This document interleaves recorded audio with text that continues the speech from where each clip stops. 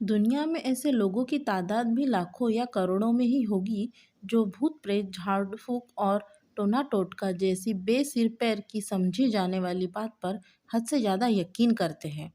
बेशक कई लोग इसे वहम मानते हैं, लेकिन इस दुनिया में कुछ ऐसे किस्से भी हैं जो इस वहम पर यकीन करने को मजबूर कर देते हैं।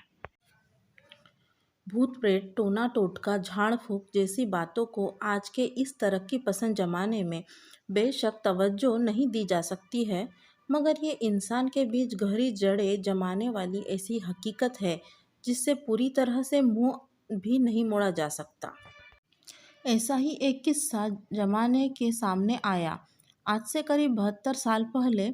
यह बात 1951 की है। जर्मन का एक शहर है बवारिया। इसी शहर में रहने वाली एनालिस मिशेल अपनी ज़िंदगी में ऐसी ही दुश्वारियों से जूझती रही जिसने उसको और उसके परिवार के सपनों को साकार होने से पहले ही मटिया मेट करके ज़मीन में दफन कर दिया। क्योंकि दावा यही किया गया है कि ये सब कुछ इसलिए हुआ क्योंकि खुद उसका अपना शरीर एक दो नहीं बल्कि पूरी 6 आत्माओं का घर बन चुका था। गले से नीचे न उतरने वाली इस बात की सच्चाई क्या है, इसके बारे में तो कोई यकीन से नहीं कह सकता। अलबत्ता एनालिस मिशेल और उसके परिवार पर क्या गुजरी इसके चश्मदीद जरूर है। और उन चश्मदीदों ने जो किस्सा सुनाया है और जो देखी सुनी कहानी बताई है, न सिर्फ हैरत में डालती है बल्कि रोंगटे तक खड़े कर देती है। असल में ये किस्सा और किस्से में जो कुछ भी होता हुआ बताया गया, वह सब एक ऐसे देश में हुआ जहाँ साइंस को सबसे ज़्यादा अहमियत दी जाती है। साइंस यानी वो सब जो तर्क की कसौटी पर खरा उतर सके, और जो कुछ भी तार्किक नहीं उसे वहम मान लिया जाता है। यानी किसी भी सूरत में अंधविश्वास का कोई भी जगह मिल नहीं सकती। एक सयानी लड़की के शरीर में 6 आत्माओं के होने वाली बात भी साइंस को सबसे ऊंचा दर्जा देने वाली जर्मन की उसी ज़मीन से सामने आई। दरअसल एनालिस मिशेल जब 16 की हुई तो एक गंभीर बीमारी टेम्पोरल लोब एपिलेप्सी की चपेट में आ गई। घरवालों ने इलाज में कोई कमी नहीं छोड़ी, बावजूद इसके वो ठीक नहीं हुई, बल्कि हर गुजरते दिन के साथ वो और कमज़ोर होने लगी। ये बीमारी ही ऐसी थी जिसमें मरीज न सिर्फ अपनी याददाश्त खोने लगता है, बल्कि शरीर की हरकतों पर भी उसका नियंत्रण नहीं रहता। एनालिस मिशेल के घरवाले ईसाई धर्म को मानने वाले थे और अपने मजहब को लेकर बेहद कट्टर भी। ईश्वर पर उन्हें अटूट श्रद्धा थी और इसीलिए वो लोग अपने काम से वक्त निकालकर धर्म के प्रचार में भी लगे रहते थे। अपने परिवार वालों की सोहबत में एनालिस को भी यही लगता था कि वो भी बड़ी होकर चर्च को अपनी सेवाएं देंगी और अपने धर्म के लिए प्रचार करेंगी। लेकिन बीमारी की वजह से उसकी ये हसरत धीरे धीरे दम तोड़ने लगी। परिवार के लोगों ने एनालिस को हर एक तरह के डॉक्टर को दिखाया, उसका हर मुमकिन इलाज भी करवाया, लेकिन कोई फायदा नहीं हुआ, बल्कि वक्त के साथ साथ उसका मर्ज भी बढ़ता चला गया। अपनी बेटी की लगातार खराब होती सेहत को देखते हुए एनालिस के परिवार के लोगों ने तब अपने गुरु को इस बीमारी के बारे में बताया, लेकिन वो भी उसका कुछ नहीं कर सके। दिन ब दिन एनालिस की सेहत और गिरने लगी, बल्कि अब तो वो अजीब व गरीब हरकतें भी करने लगी, जिसको देखकर घर वालों को डर भी लगने लगा। घर वालों के दिलों में यह बात बैठ गई कि उनकी बेटी को कोई बीमारी नहीं है, बल्कि उस पर किसी प्रेत का साया है। इस वहम के घर करते ही एनालिस के माता पिता ने चर्च के पादरी को दिखाने का विचार किया। इस विचार में उलझे एनालिस के माता पिता ने अपने एक जान पहचान के शख्स को घर बुलाया जो झाड़ फूक का काम करता था।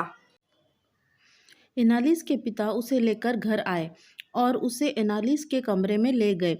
उस वक्त एनालिस अपने बिस्तर पर नहीं थी, बल्कि ज़मीन पर पड़ी थी। जिस शख्स को एनालिस के पिता घर लेकर आए थे, उसे देखते ही एनालिस ने वहीं फर्श पर ही पेशाब कर दी और फिर जीभ से उसे चाटने लगी। इसके अलावा उसने वहीं पड़े फर्नेस के एक कोयले को उठाकर उसे चबाना शुरू कर दिया। उस शख्स ने एनालिस को देखकर जिस बात पर सबसे ज़्यादा गौर किया वो ये था कि ऐसी हरकत करते समय एनालिस के चेहरे पर अजीब सी हंसी थी। वो ना तो खुलकर हंसती थी और ना ही खुलकर रोती थी, मगर चेहरे पर भाव भंगिमाएं बहुत तेजी से बदलती थी। एनालिस की ये हालत देखकर उसे यकीन हो गया कि वो बीमारी की चपेट में नहीं बल्कि उस पर शैतान का साया है। तब उस शख्स ने एनालिस के माता पिता को झाड़ फूक यानी एग्जॉर्सिज्म कराने की सलाह दी। अपनी बेटी की हालत को देखकर करीब करीब टूट चुके एनालिस के माता पिता को कुछ समझ में नहीं आ रहा था। लिहाजा उन्होंने भी वो सलाह मान ली और उसे झाड़ फूक करने के लिए हरी झंडी दे दी। तब चर्च के दो पादरियों ने तांत्रिक क्रियाओं का इंतजाम किया। सबसे हैरानी की बात यह थी कि इस क्रिया को पूरा करने के दौरान एनालिस को मोटी मोटी जंजीरों में बांध कर रखा जाता था ताकि वो एक जगह टिककर बैठ सके। कई बार झाड़ फूक किया गया लेकिन उसकी हालत में कोई सुधार नहीं हुआ, बल्कि हर गुजरते पल के बाद वो और ख़राब होने लगी। कई बार झाड़ फूक करने वाले पादरियों ने फिर अपने तरह के टोटके किए और तब इस बात का पहली बार खुलासा किया कि एनालिस के शरीर पर एक दो नहीं बल्कि 6 आत्माओं का कब्जा है। यहाँ तक कि पादरियों ने अपने तजुर्बे से और तंत्र मंत्र के जरिए पादरियों को ये भी पता लग गया कि एनालिस के शरीर में घर बना चुकी आत्माओं के नाम क्या क्या है। पादरियों ने बताया कि उसके शरीर में एक आत्मा नीरो है, जबकि दूसरी है जूडस इस्कारियोट, तीसरी है केन एडम, चौथी आत्मा का नाम है हिटलर, पांचवी आत्मा है वेलेंटिन फ्लिशमैन और छठी आत्मा का नाम है लूसीफर। पादरियों ने यह भी बताया कि इन तमाम आत्माओं के अलग अलग रोल हैं जो एनालिस को किसी भी सूरत में चैन नहीं लेने दे रहे। कहा जाता है कि जिस वक्त एनालिस पर ये तांत्रिक क्रियाएं की जाती है उसका बुरा असर पादरियों को भी झेलना पड़ता है। सबसे चौंकाने वाला पहलू भी यही है कि जिस वक्त ये झाड़ फूक और तांत्रिक क्रियाएं की जाती थी, सारे मंत्रोच्चार को और कमरे में होने वाली सभी तरह की आवाज़ों को रिकॉर्ड भी किया जाता था। उन्हीं रिकॉर्ड की गई आवाज़ों के जरिए उन आत्माओं के नाम पता चल सके थे।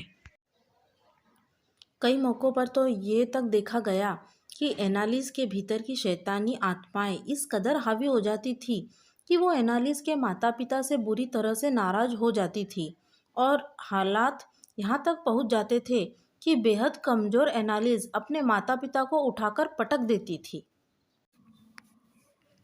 उस वक्त उसकी पकड़ में इतनी ताकत होती थी कि मानो किसी ताकतवर पहलवान ने उन्हें दबोच रखा है, और जब उसे बेड से जंजीरों से जकड़ दिया जाता था तो वो अपने नाखूनों से बुरी तरह से अपने माता पिता या पादरियों को नोच लेती थी। हालात इस कदर बेकाबू होते जा रहे थे कि कोई भी एनालिस के कमरे में दाखिल होने से पहले डरता था। ऐसे में जब एनालिस के पास कोई नहीं होता था तो वो खुद को ही हमला करके घायल करने लगी। इस सारी घटनाओं के बीच पादरियों ने तंत्र क्रिया और झाड़ फूक का सिलसिला बंद नहीं किया, बल्कि अब वो दिन में कई कई बार तंत्र क्रिया करने लगे।